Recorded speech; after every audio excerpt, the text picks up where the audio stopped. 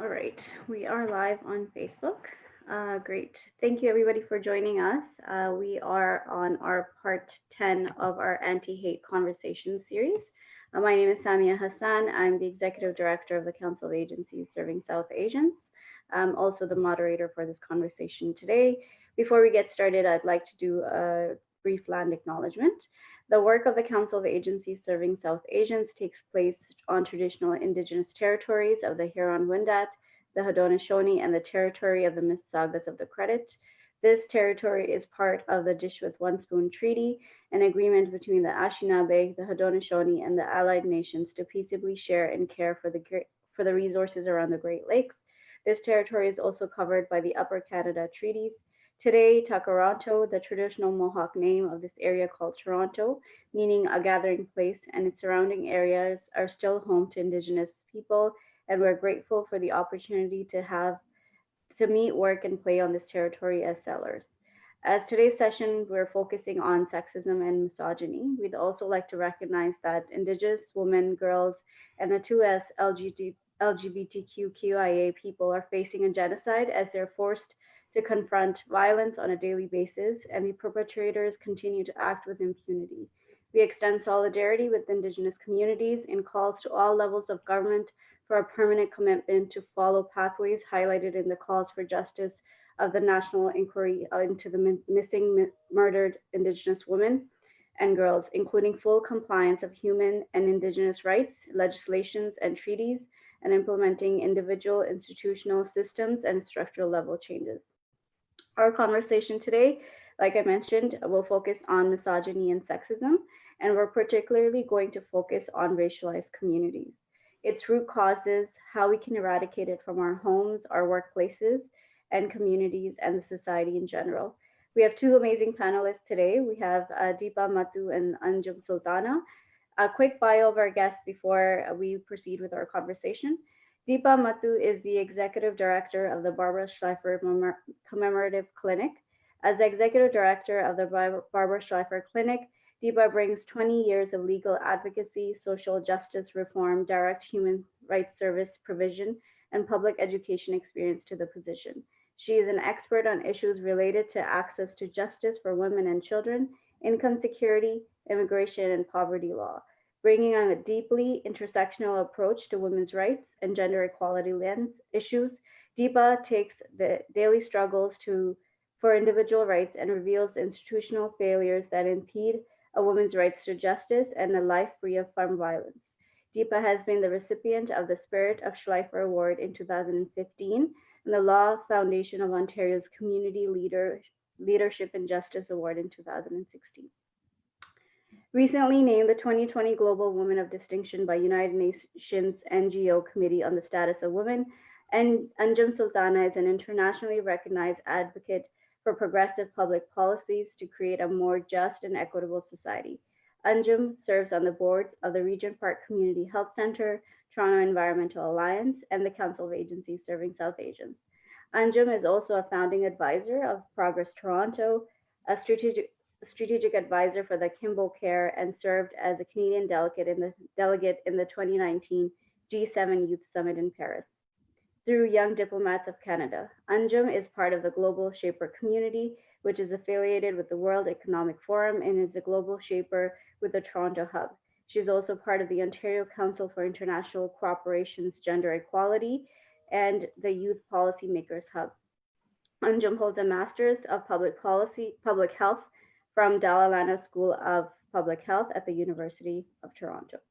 Thank you both for joining us today. I know I didn't go through your entire bios as you have much more experience and knowledge beyond this, but we will be sharing your full bios in the comment section after our conversation.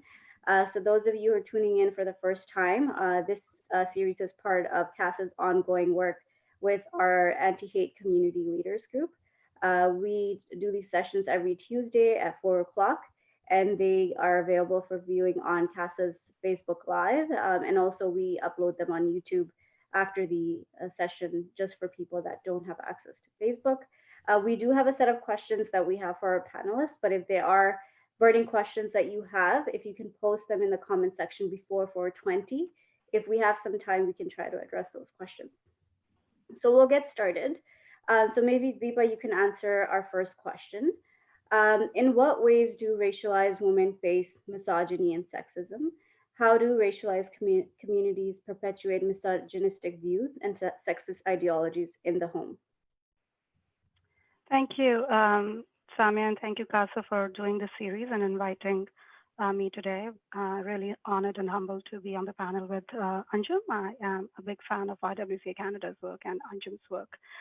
In terms of the first question asked, what ways do racialized women face misogyny and sexism? I just wanted to quickly pay attention at what does misogyny means.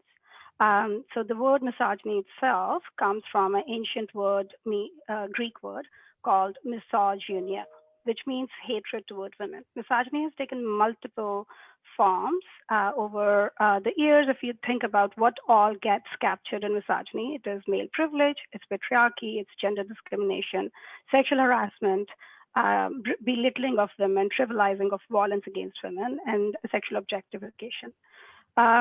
In the terms of the roots of misogyny, we can find it and trace it in ancient Greek mythology and various other mythologies that we see around us from ancient times.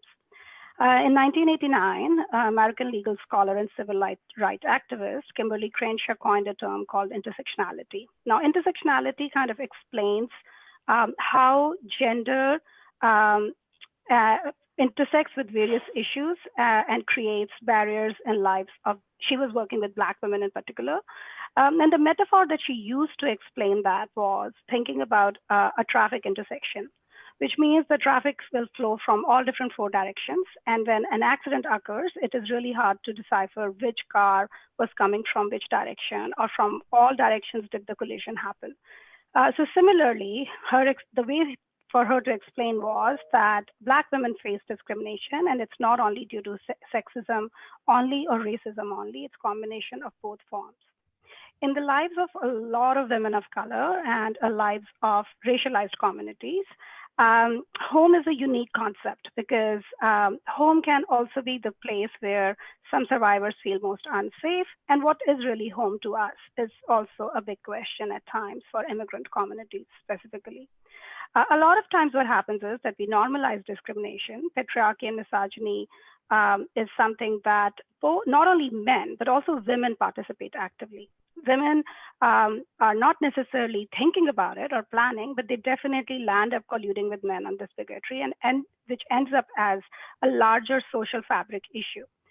So sadly, home sometimes becomes the space for the sexism for mild and most rotten forms of experiences for women. And this intersectional experience is what I would say becomes the challenge, where we don't know whether it is happening because of the economic hardship, whether it is happening because of the racism they're facing outside, whether it is happening because of their gender identity, their ability, or age. Thank you. I know it was long to answer. No worries. Thank you so much for that insight. And you were talking about some of the mythologies and some of the definitions. So maybe Anjum and yourself can talk about some of the root causes of why sexism and misogyny is so ingrained into our society. Like, we're living in 2020 and we still have these kind of concerns. And it's not just like an individual perspective, but it's like a societal issue. And then if you can also talk about what are the roles, if any, of colonialism and patriarchy in sexist views, and then if there's any role for white supremacy in there. Yeah, Anjum, I'll let you start.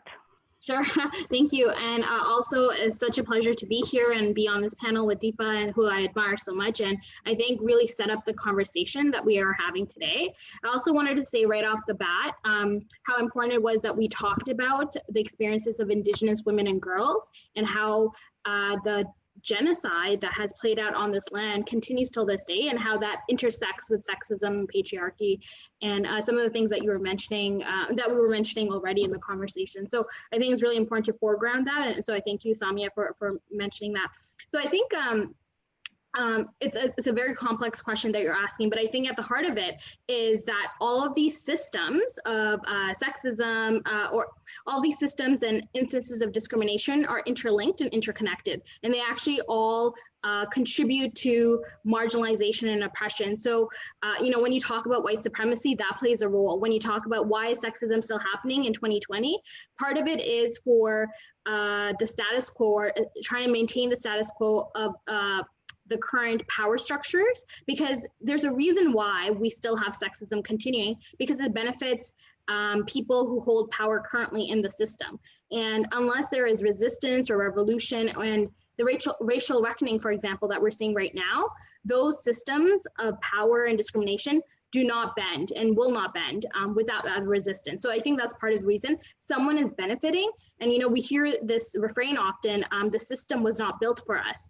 And we see this, for example, in the labor market, because I think, again, there's, the internalized sexism that we talked about briefly already, the community level aspects of sexism, and then the structural sexism. And for example, in the labor market in Canada, for example, when we look at systems like employment insurance, it does not really work for women because women, for example, are disproportionately found in more precarious work, part-time work, lower income work. And so they're paying into the system, the employment insurance system, but oftentimes they don't get access. And we saw this play out a bit in the pandemic, where certain groups of workers could not access this system to help them during times of challenge. And so I think all of these systems contribute to the disadvantaged position that we see women, two-spirit, and gender diverse people in society. I think something else that we have to talk about is how the very system that has built up Canada has been on the labor of Black, Indigenous, and racialized women. When I think about caregiving work, the migrant caregiving program, and how people who migrate to Canada come in and they still find themselves at a disadvantaged position, all this contributes. So I guess my underlying thesis is the reason why we still have these discriminatory practices and unequal a playing ground or ground for the communities that we're part of or commit to serve is because someone is holding power and they don't want to give it up. Systemically, but also individuals as well. And we see this sometimes, right, with the backlash that happens. We saw this after Me Too. There was backlash where, men were saying, I've heard senior leaders as well say, I can't be in the same can't be in the same room as a woman with the door closed, because what if something happens to me? Instead of thinking about there's systemic reasons that have really marginalized women, instead the focus was like, well, I don't want to be seen as a bad person, instead of looking at the systemic issue. And what I'm worried about also now is the backlash that might happen because of this racial reckoning. But we have to see that as a distraction and call it for what it is, and actually commit on the goals that we want to see play out. So that's my short answer. Thank you. And if I may add very quickly, I really like what Professor Andrea Smith from University of California said. She said the strategy of addressing race first and colonialism second presupposes that white supremacy and settler colonialism do not mutually inform each other, that racism provides the anchor for maintaining settler colonialism. And saying that, what I want to say is that this white supremacy that we talk about is the colonizers' supremacy that was created globally, the hierarchy that was created, the pleasing of the power culture, which we see a lot in South Asian communities, that was unfortunately created and is so deep rooted now in our culture. In Canadian context, as both you and Anjum just now said, and Samya has said, that the context here has been enshrined in the colonial policies and law and practices that tried to end Indigenous beliefs, custom, language, and culture. So while women were suppressed for centuries globally as being labeled as, you are there to do household chores, or you are the caregiver. So sometimes positive reinforcement, and sometimes putting them in the box of producers and to be there for birthing of the society and the communities. The reality is that this a discrimination between not considering women as the full human beings and discounting their human rights is part of the huge problem. But it's really important to look at the root cause and also remember that what we are seeing right now is not something that's new. It's a struggle for centuries, and it's not only in one space, it's global in nature, and it's really important to remember that. Thank you, Deepa and Anjum. And both of you touched on the next question a little bit, where Deepa, you mentioned that women can also play a role in holding up these systems of sexism and misogyny. And Anjum, you spoke about internalized sexism. So can we define what that looks like? What's internalized misogyny or sexism? And how is that ingrained into racialized communities? And what role does this play in holding up the sexist and misogynistic practices? So just so we're not thinking that, it's men that solely uphold, these practices. What are the roles, the role of internalized misogyny in this? I can start this time. So internalized sexism, if you think about it, it's that involuntary belief by girls and women, the lies and the stereotypes and the myths that are kind of around us.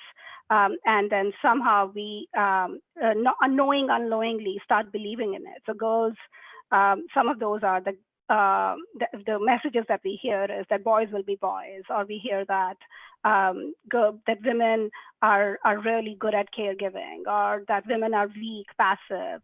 They're not good at math. That's the most common one that we hear, and at a very young formative age. Their role is caregiving. That's another one, which is, again, as I said positively or negatively. Now, there are two things that happen. One thing that happens is that men around us, the boys around us, grow up believing that that's true. So they obviously get indoctrinated into their roles, their sexist behavior, they not understanding what is happening with their privilege that they're carrying and continuously colluding with the human rights of women. The second thing that happens is that a lot of women and girls also start believing in this, and then there is a horizontal hostility that sometimes gets created in the environments, and women also then land up colluding in perpetuating of the sexism in the environments that they are leading even. So the sexist system is then getting maintained. So that's one of the huge problems. And me as a mother, I can also tell you that it breaks my heart when I see it getting passed on to the next generation, which means that we need to be actively thinking about it and become active agent of disruption to break this cycle. If you examine the interconnection of sexism with racism, then obviously then we know that there is a negative impact of internalized sexism on anti-racist actions by women as well. And unfortunately, it starts from something, as what we call these days colloquially mansplaining, to inappropriate sexual jokes, to women facing all kinds of sexist and disrespectful behavior in public and private spaces on a daily basis. So either you can be a bystander and watch it and be really sad about it, or you can actually take the role of disrupting it and taking that role of an active agent. There are lots of things that you can do, and I know that Anjum will probably also speak to it, but stuff like, when people say wage gap is a myth, that's not really a statement that you should just hear and be quiet about. Those should be the statements where you speak up, you step up, you actually create a space for yourself. You take that space, you tell that this is making people feel unsafe. And if people want to know how to do it on an everyday basis, I really like the list given on the Unpack, the everyday.org. There are lots of tips on how to engage with disrupting the status quo on a daily basis. Thank you, Deepa. Yeah. Do you have anything to add? Yeah, I would agree with everything just said, but I would also add, I think in terms of disruption of those sexist stereotypes, because I think when you see that in the culture, when you see that in everyday life, when you see that on movies and television, that gets ingrained. And especially, I would say, there is this ability to do early intervention. So I think we have to really start to engage our artists and creators and cultural producers. And I think we've been seeing incredible anti-racist work coming out from many of our publicly funded television programs and whatnot. But I think there's more that could be done, especially looking at the intersection of race and gender, and having more diverse representation and having more critical analysis in those diverse representations. Not enough to have a South Asian person there, but also ensuring that there is that political analysis that comes with that representation. I think I guess another piece I want to kind of mention is just the kinds of microaggression that you might see in the workplace. And so I think sometimes the types of internalized sexism we do see out in the world is coming from a place of either trying to protect yourself because you've seen what happens when people kind of don't toe the line. And so I think about, for example, this is a very simple piece, but that dichotomy where a woman is considered assertive, generally not as much. She's perhaps considered bossy, right? And we saw Catalyst Canada a couple of years ago come out with this campaign, just talking about the terms that women are labeled in the workplace. And oftentimes that actually is almost this implicit or invisible tool of punishment. And so, that also contributes to that. Okay, perhaps maybe I should not go for that promotion because I've seen how I get treated when I do, or that peer piece as well, or in different communities. So I think that's another piece too, and part of it is to actually actively disrupt those biases, but also create those communities of support and also the public policy environment to ensure that people can thrive and fully succeed. So I think we have to attack it on multiple angles. But one thing I'm really been heartened by is engagement with artistic communities, because I think that cultural piece is just as important. It's important to change hearts and minds, but we can't get there without all of us working together. Thank you, Anjum.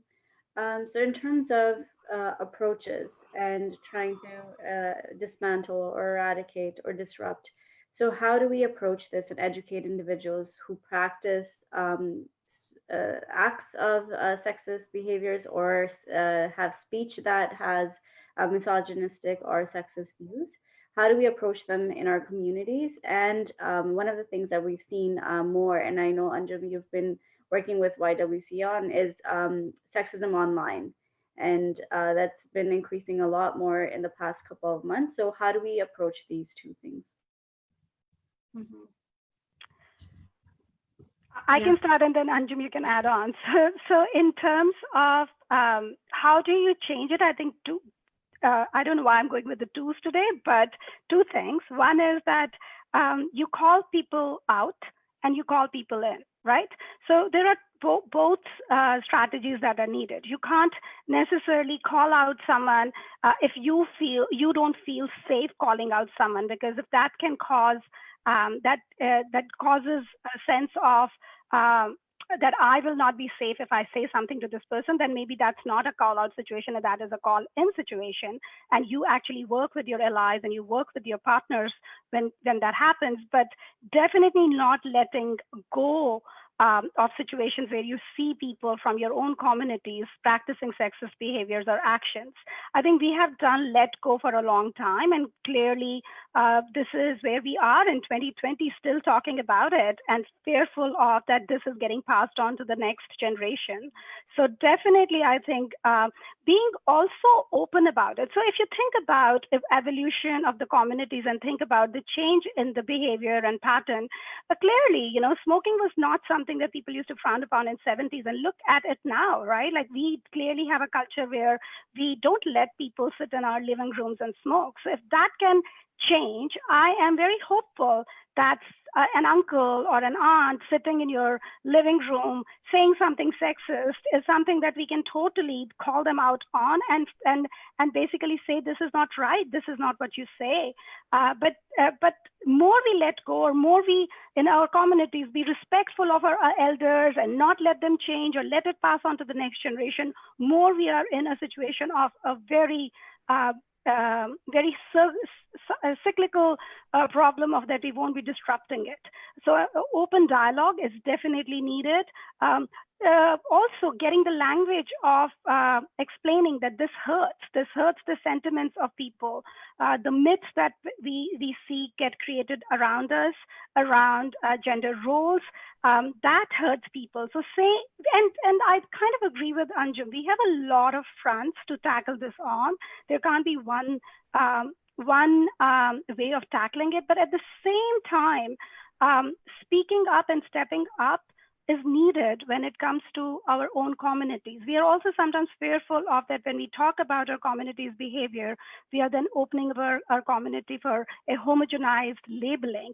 So I am very respectful of that. And therefore, what I say is take action in your own hands rather than people from mainstream or white supremacist behaviors telling you what is the inappropriate and appropriate behavior. I think creating safe, respectful spaces for ourselves and education is important at various levels. Absolutely. You know, in the wake of the protests that have been happening globally against anti-Black racism, I've seen important work happen within the South Asian community around tackling anti-Black racism. And so everything from digital book clubs to actually doing campaigns and thinking about how to have these conversations intergenerationally. I think in many ways, those challenging conversations, you have to have them in different ways. And I've seen great models rise up in this wake of the racial reckoning. So I think we need to shine a light back on some of the important conversations that have been stirred up around addressing misogyny and sexism. I think part of it is also tackling toxic masculinity.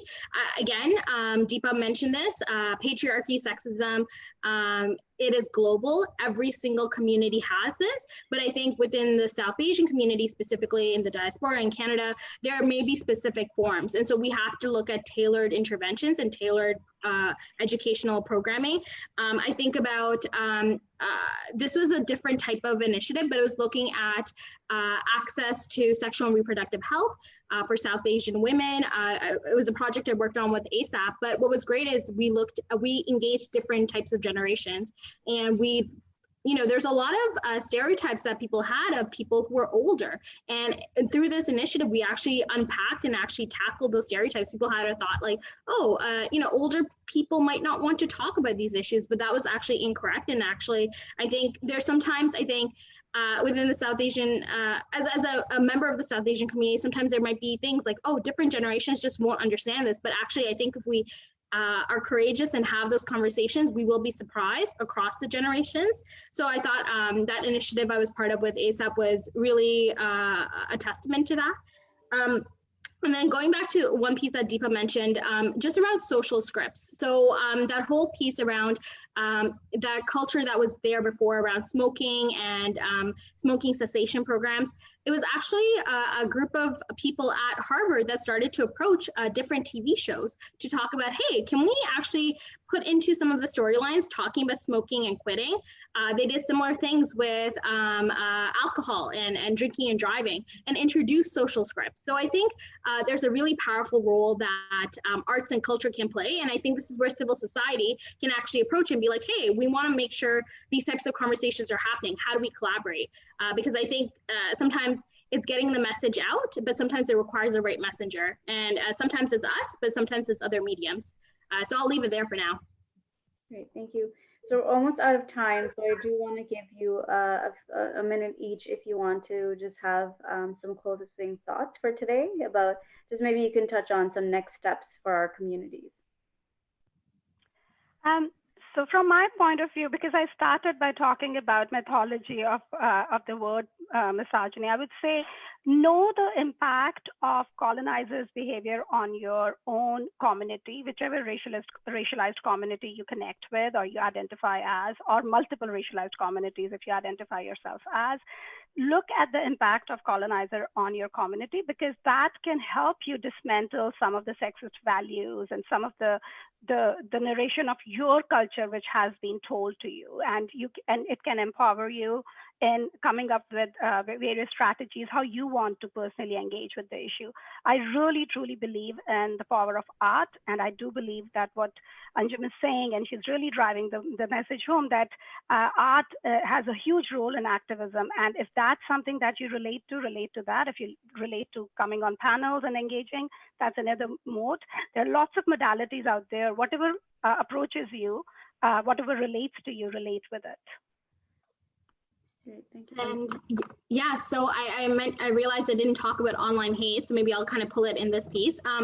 So I think first of all, if there's a way, if there's something that's not right, that's not sitting right with you, figure out the right way to engage. There might be a reporting mechanism. There might be to actually, whether it's call in, call out.